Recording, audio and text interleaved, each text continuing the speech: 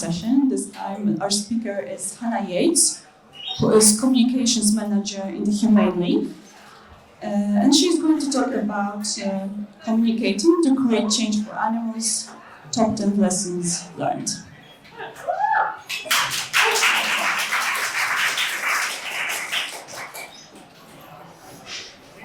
Hi, can you hear me? So, I'm Hannah, and I'm the Communications Manager for the Humane League UK. And today I'm going to talk to you about communicating to create change for animals and my top 10 lessons learned as a communications professional. So, to start, a little bit about me. I spent 2 years working in a call centre, doing 12-hour shifts, getting shouted at down the phone on a daily basis. And then after 2 years, I thought enough is enough. And I was looking for a job for an animal protection charity. It had always been my passion. So I applied for a job at Compassion Well Farming. And very shortly after joining Compassion Well Farming, I became a vegan after being a vegetarian for my whole life. When I found out about the dairy industry, I knew that I had to change. So I started at Compassion Well Farming in the supporter engagement team, responding to queries from supporters, answering the phone and things like that. And I quickly moved into the media team there, where we would deal with journalist inquiries and work to get coverage of our campaigns. And it's only when I joined an animal protection organisation when I really felt like this is what I was destined to do. And I've been at the Humane League for just over 2 years now. The Humane League is an international animal protection organisation, influencing the world's largest companies to abolish the worst forms of animal abuse, reducing the suffering of billions of animals. On an individual level, we encourage a shift towards plant-based diets. And as part of the wider movement, we share resources, train other non-profits, and build a welcoming community. So I joined in 2017, and it was a very interesting and unique time for the organisation. There were just 2 members of staff at that point, and we went to 5 very quickly when I joined. So what did we have? We had some campaigning and corporate outreach activities in the UK. We had a Fast Action Network email programme where we send actions for supporters to take to support our campaign once or twice a week. We didn't have any social media channels. We'd done limited work with the press, and we had no UK website. So today what I want to share with you is what we've learned on this journey of setting up this organisation. We were almost a brand new organisation in the UK, but I must say that we weren't alone. We had our sibling in the form of the US team who'd been operating since 2005, more of a parental figure, if you will, very closely by our side. And some of the learnings that I'm going to share with you today are more in the theoretical realm, and some are very much practical. I'm going to start by looking at defining your organisation's brand and voice, moving on to some tools for effective messaging and how to make it stick. And I'm going to then cover some PR tactics which have worked really well for us at the Humane League, with some recommendations for making the most of limited resources, and then finishing with making effective communications run through everything that you do. And what I hope that you might come away with, whether you're an animal protection organisation setting up or an individual wanting to get your voice heard, is some helpful insights which can guide you and maybe help you avoid making some of the mistakes that we made.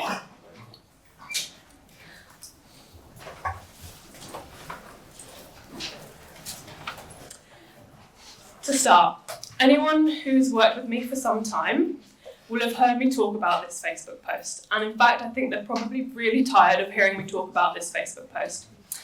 It's a video of a dog feeding carrots to rabbits and pigs.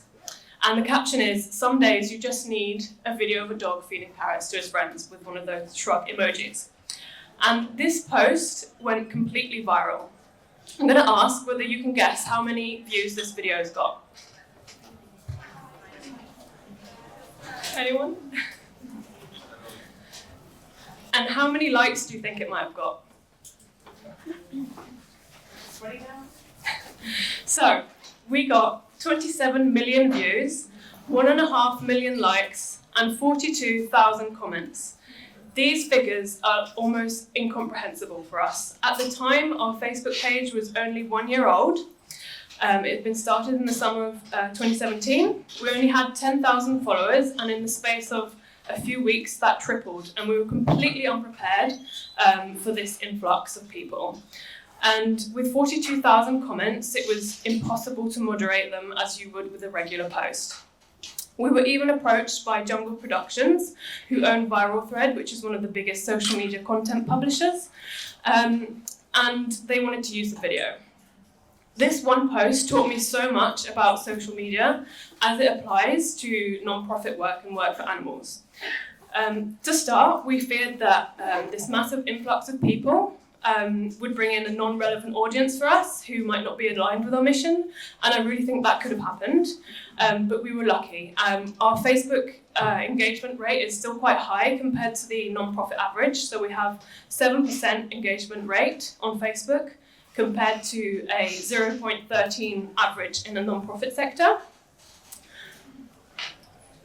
However, it wasn't all sunshine and roses. Many of the commenters were concerned that the dog seemed forced and said that it was cruel.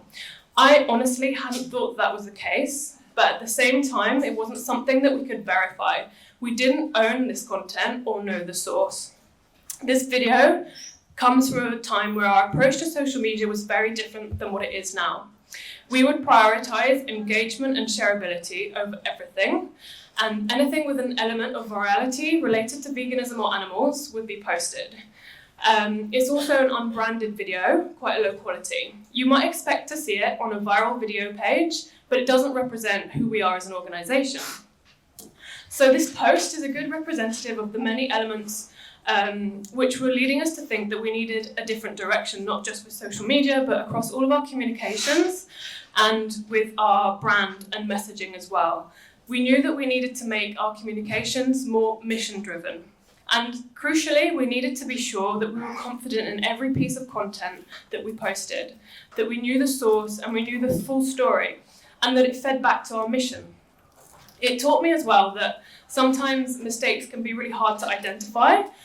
You could make a mistake and it could bring in lots of positives as well, but you have to weigh them against the negatives. And that leads me to what our learning here is, which is to define your organisation's mission, brand and voice, and have that underpin everything that you do. We were really lucky at the Humane League to have a Vice President of Communications, Jennifer Barkley, join the organisation and spearhead a new project which was really looking at what our mission is, how we communicate, and whether our brand reflected that as well. And we ended up creating a completely new logo, a new look and feel, and we made our mission statement bolder as well. And doing that, really, we saw so many positives from it. Our brand now really represents who we are as an organisation, and it kind of filters into the content as well that we post. And the staff were really reinvigorated and invested as well. And in terms of doing this, I would say the earlier the better, but it never is too late to take an introspective look at your brand and voice and make those necessary changes.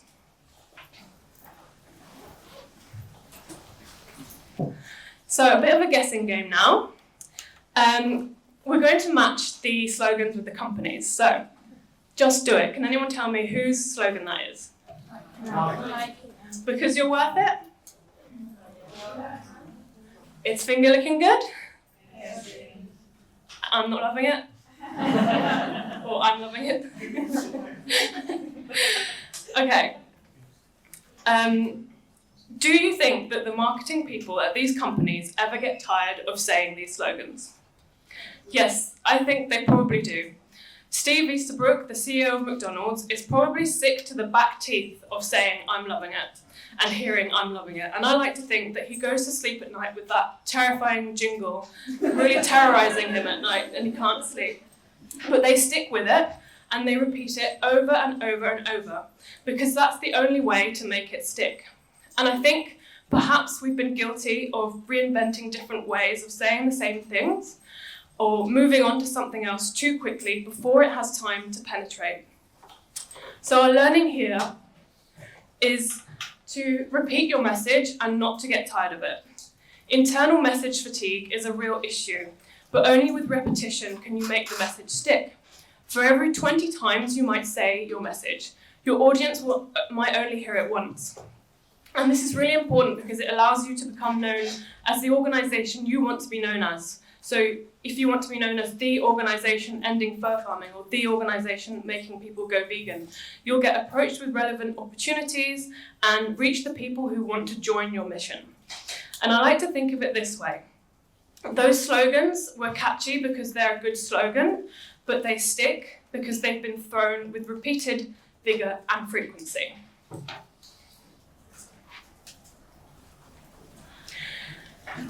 Think about your audience. This one might be particularly difficult if you're a new organisation just setting up, but it's worth keeping in mind from the start. Who is the target of your communications? Who are you trying to reach? What do they like? How do they think? What platforms will you find them on? What publications do they read? Bear in mind the variety of audiences you might have as well when you're communicating. This is something we're really starting to think about at the Humane League, and it's proving very, very valuable. Effective communications is about deciding what to communicate with who. It's not opening the lid on your organisation and showing everyone everything that you do. And I think this is how you can have the greatest impact. Think about what's going to engage and motivate your audience to take action with you for animals. What's going to mobilise them the most to come on this journey to achieve your mission.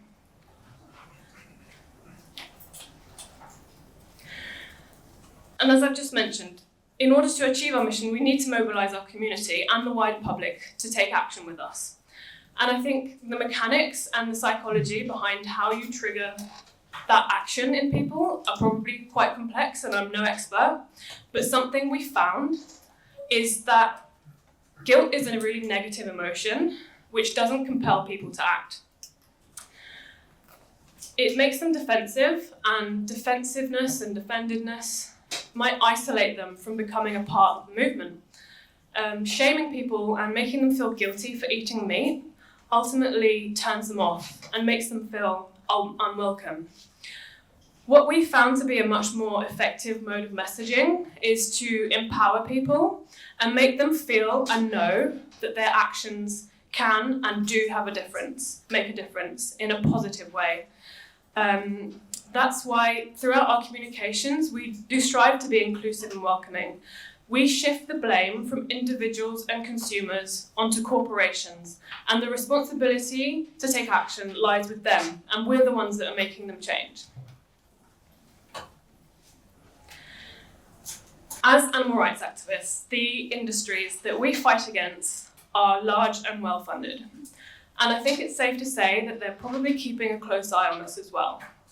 So we need to appear powerful, a force to be reckoned with, so that they don't dismiss us and they take our demands seriously. I think it's a good idea to find the platforms where your opponents are and where they speak out and listen to what they're saying. So for example, why not look up the communications directors of a company that you're campaigning against and see what they're saying, or the PR director of the politician you're targeting? Have they written any pieces which might help you figure out their mindset? Are there any pain points or things they're particularly proud of? Find them on LinkedIn, look at their posts. For example, I went to a communications conference last year where the head of brand engagement for KFC was one of the main speakers. And she was there to talk about crisis communications and how they handled the situation when KFC ran out of chicken and they had to close 900 stores at one time. And for me, that was absolutely amazing insight into how they do things internally and how they operate and how they would deal with a crisis like that. Not just for us to get on their kind of level, but thinking about how we might use that information as well to our advantage. So I think it's really important to be mindful that your opponent might not be the primary target of your communications, but it's very likely that they'll see them. So we need to be on their level, be professional, smart and bold, so that they fear us and take us seriously.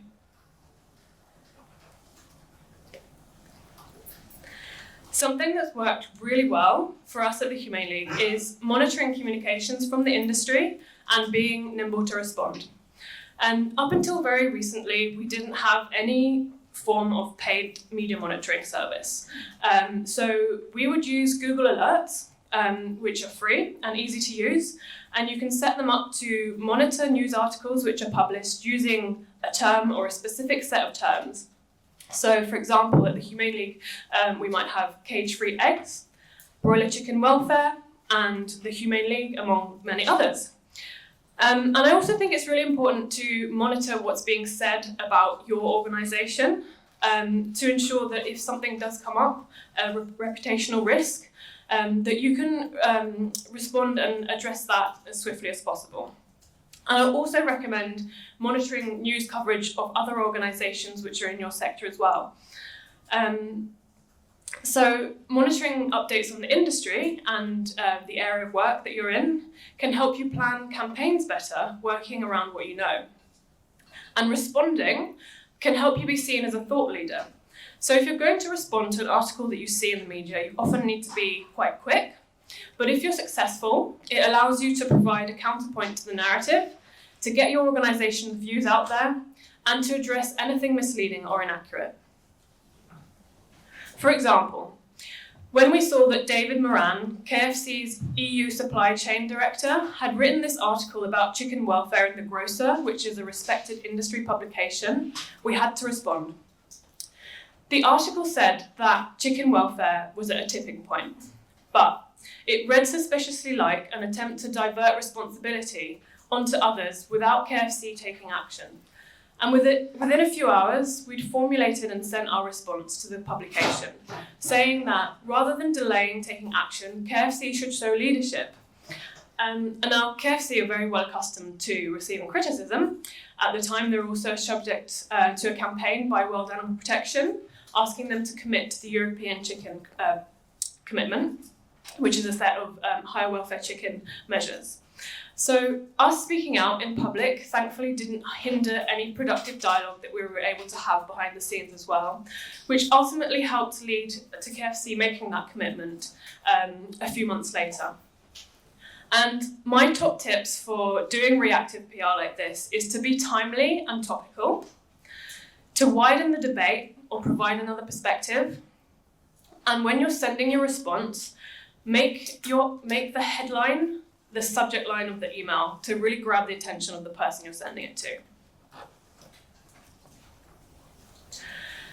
Something that's been really successful for our campaigns is to pull out pressure points where we think our targets are going to feel it the most.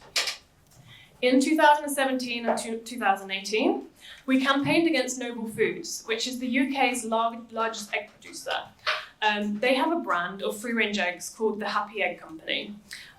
They're really proud of this brand. They position themselves as a leader in animal welfare in the industry under the guise of this brand. But what most people didn't know is that this same company also kept 4.3 million hens in cramped, crowded, dirty cages, which prevented them from carrying out many of their natural behaviours. And so when we launched the campaign against Noble Foods, we managed to get the story covered in an exclusive in the Times, and the Daily Mail also further covered that on the day.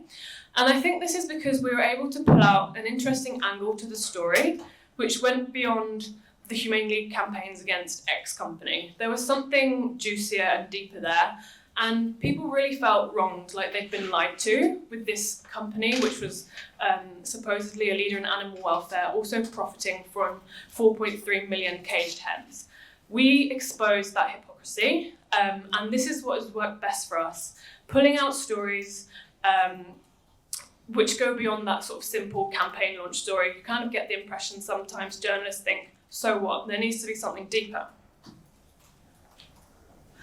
It's been said that all stories boil down to 7 basic plots: overcoming the monster, rags to riches, the quest, voyage and return, comedy, tragedy, and rebirth. So apparently all stories ever written will fit into those categories. I don't know if that's true, but I do think that it's really helpful for us as animal protection activists to use these archetypes to help craft stories for animals. So if you're looking to tell more stories, why not look at the information that you have and see how it might fit into one of these?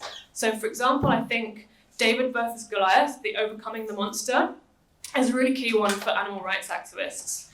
And comedy has also been used really impactfully to get across a point. For example, there's a mockumentary, a BBC mockumentary called Carnage, which I would really recommend watching if you haven't been able to, made by Simon Amstel. So it's basically set in the future when farming and meat eating have been made illegal. And it's a look back at all the things that we used to do to animals before that was made illegal. And it's presenting the message in a really funny but also really poignant way. And I think that it's able to reach people in a way that a non-humorous story simply couldn't have. I also think that we can position ourselves and the movement and our supporters as the hero in the story, not in an egotistical way, but as positioning the movement as a path to ending animal suffering and bringing people along with you on that.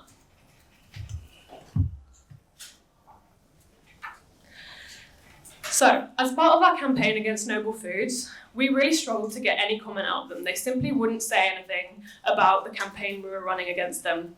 And what we decided to do was to target their PR agency, Spider PR. We first carried out a bunch of online actions, asking them, how can you represent a company that's so unethical that cages 4.3 million hens? But still we didn't get any response. So we decided to step it up.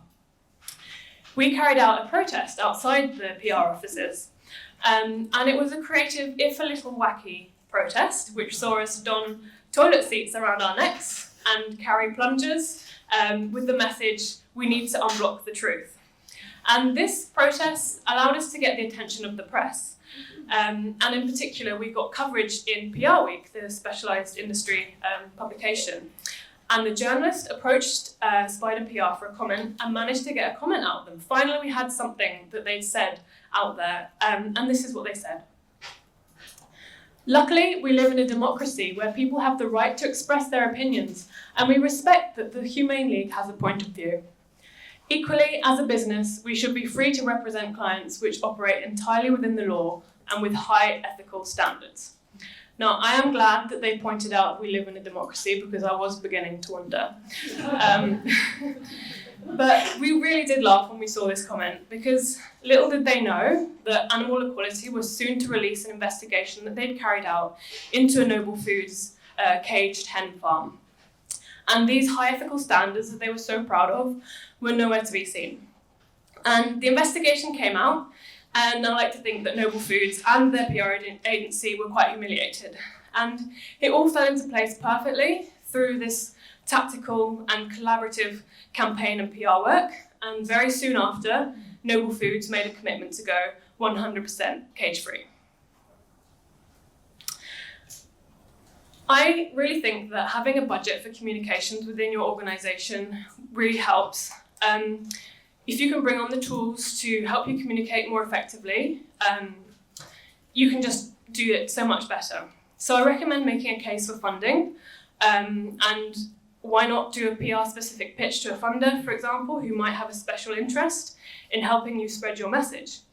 But to be clear, there's still so much you can do with little resources. It might be a little bit harder, but it can be done. So if you don't have a database of journalist contacts and you don't know the email of a journalist, you can call up the publication and ask. You can ask for their email format so that you can then guess the emails of all the other journalists there just using their names. If you don't have a press release wire distribution service, you can use a mail merge. And also recommend doing as many free trainings and webinars as you can to up your game.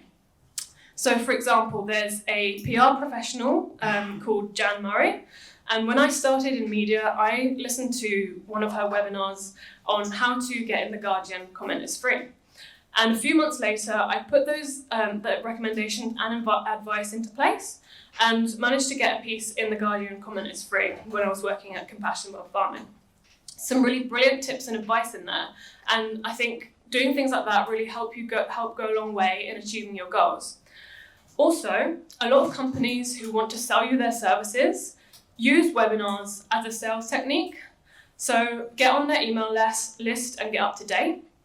Next month, for example, I'm going to attend a webinar by the media company Cision, which is about PR stunts, whether they're outdated and how to carry out the best PR stunts, which I'm really excited about. So take as much as you can for free. I once heard that if you don't have an internal communication strategy, you do not have a communication strategy. And the more time goes on and the more experience I get, the more I'm convinced this is true. In the age of communication overload, it's harder and harder to cut through the noise. But it's vital for your organisation and for the smooth running of operations to have effective internal communications.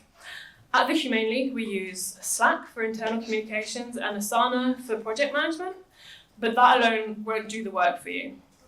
I think you need a regular assessment of internal communications and look at how you can improve on them. Especially if you're a growing organisation like we are at the Humane League UK, effective internal communication is really crucial to bringing about the impact we want to see in the world.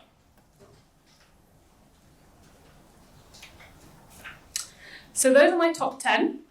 Define your organisation's mission, brand and voice, repeat your message and don't get tired of it. Think about your audience. Don't shame and guilt people into action. Be as smart as the opponent. Monitor the news agenda. Tell stories, be tactical, make a case for funding, and don't neglect internal communications.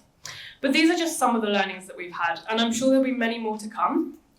I want to end by saying that I think communications is one of the biggest vessels for change and movement building that we have at our disposal as animal activists. So much of it now we're able to carry out with minimal resources, and the tools to communicate to the masses used to only be held by a select few, and now they've changed hands. They're in the hands of each and every one of us here. And that gives us great power to build a movement. And that's exactly what we need to end the abuse and suffering of animals. Thank you.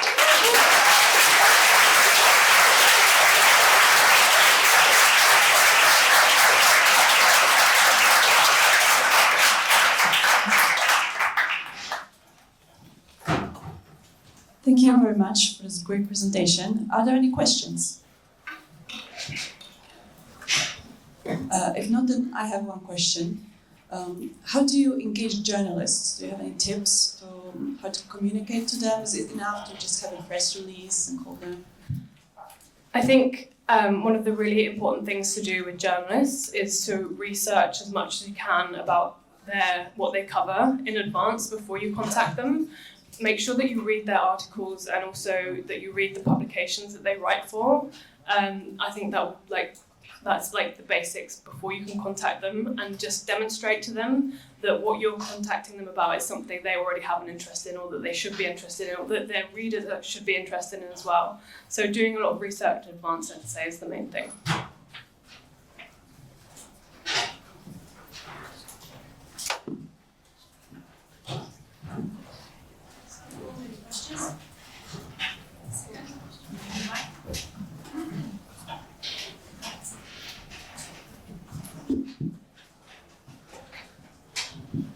Hi, Hannah. Thanks for that. I'm Rick. I'm with Compassion and World Farming now. Hi. Hi. My question goes back to when you said that you, or sometime after you started with Compassion, you became vegan. And I just wonder, what was the tipping point for you that helped you make that decision? So I was one of those vegetarians that I think we probably all find quite frustrating, because I thought that I wasn't causing any harm or suffering to animals by being a vegetarian, and I was just quite sort of blinded to everything that went on. And when you join an organisation and you're in the supporter engagement team, a team where you have to answer questions from the outside world and like people who are really invested in the cause, it makes you learn everything so quickly. So you have to be like a sponge and absorb everything. And so I was having to go off and research like questions that we were getting from supporters and like really looking at the ins and outs of every method of farming you can think of. And that was when I found out about like separation of the dairy calves from their mothers, and that was just, yeah, that was it. I had to stop basically.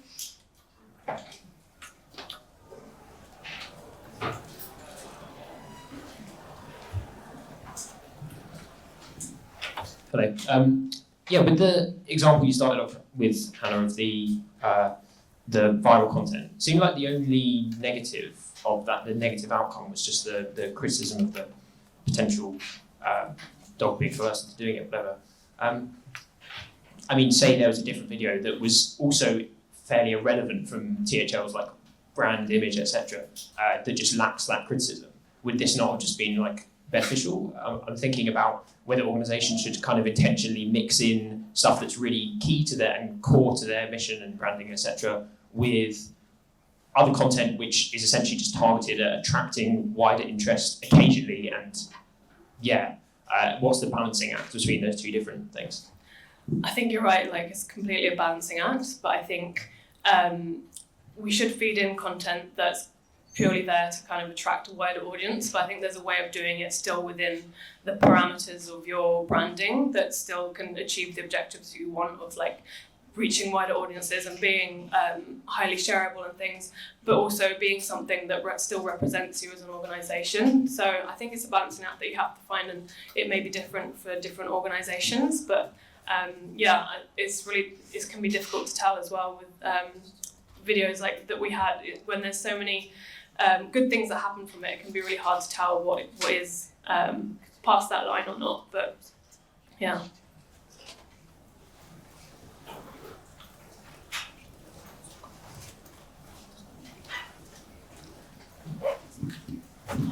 Hi, thank you. I was wondering, since you mentioned that you use Slack and Asana, but you think that it's not enough for internal communications within the remote team, if you could elaborate a bit more, what else is going on with THL?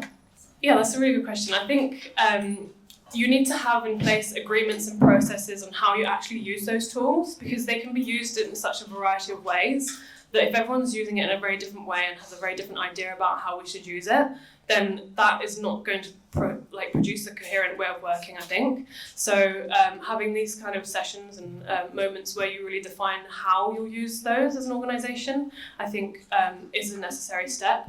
But also, as I said, having that kind of constant evaluation and not just leaving it to, okay, we've done this once and now it should work forever kind of thing, because as an organisation you're always changing and you may need to adapt the way that you do things accordingly. About the videos and the things that you publish. Sorry. About the videos that you published, what kind of pictures that it is, like you said about sad stories, but what kind of sad stories, and if it should be individual for each case, or it could be like about the general activities that you are doing? So in terms of like telling stories, on social media, I'll say something that's worked really well for us is to tell the story through the voice of the animal. So saying something like, I am not a number, in the first person, as if you're actually the animal, and they're communicating directly with the audience. When we've done things like that, that's proven really effective. And people often respond on the posts as if they're talking to the animal directly as well. They say, I'm sorry that we're doing this to you, and things like that. So that's been really effective for us. And I think finding a balance of positive versus negative sort of content as well is really important. So you don't want to overload your audience with just really negative stories and like showing all the bad things that happen to farm animals. I think showing positives is really important as well.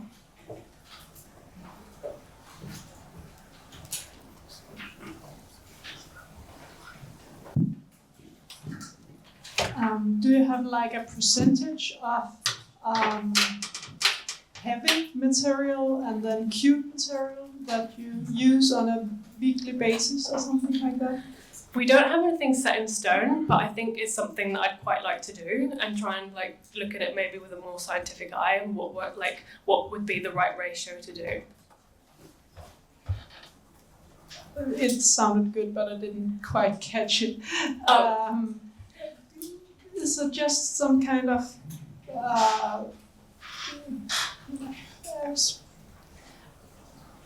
kind of a rule? I know you can use it like all the time, but is it like 25% or something like that? Yeah, approximately that you should keep people happy and keep people like, we have to work for this. Yeah, that's a really good question. I think at the moment what we're probably doing is more of like a 50-50. But again, I'd like to get more kind of scientific about it and really look at like what ratio would work best. But that's what we're kind of doing at the moment, more like really balancing it out on a level, I think. Cool, thank you.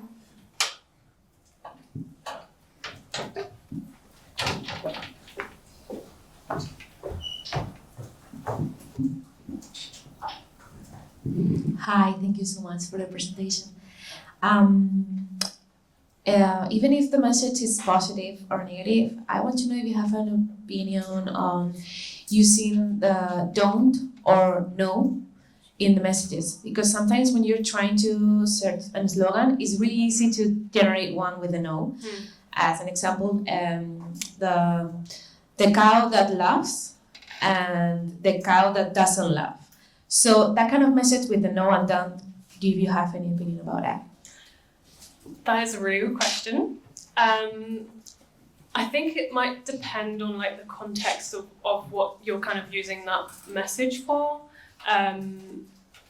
Like my gut instinct is to say like try and use sort of positive things, but yeah, it really does depend on what you'd be using that message for.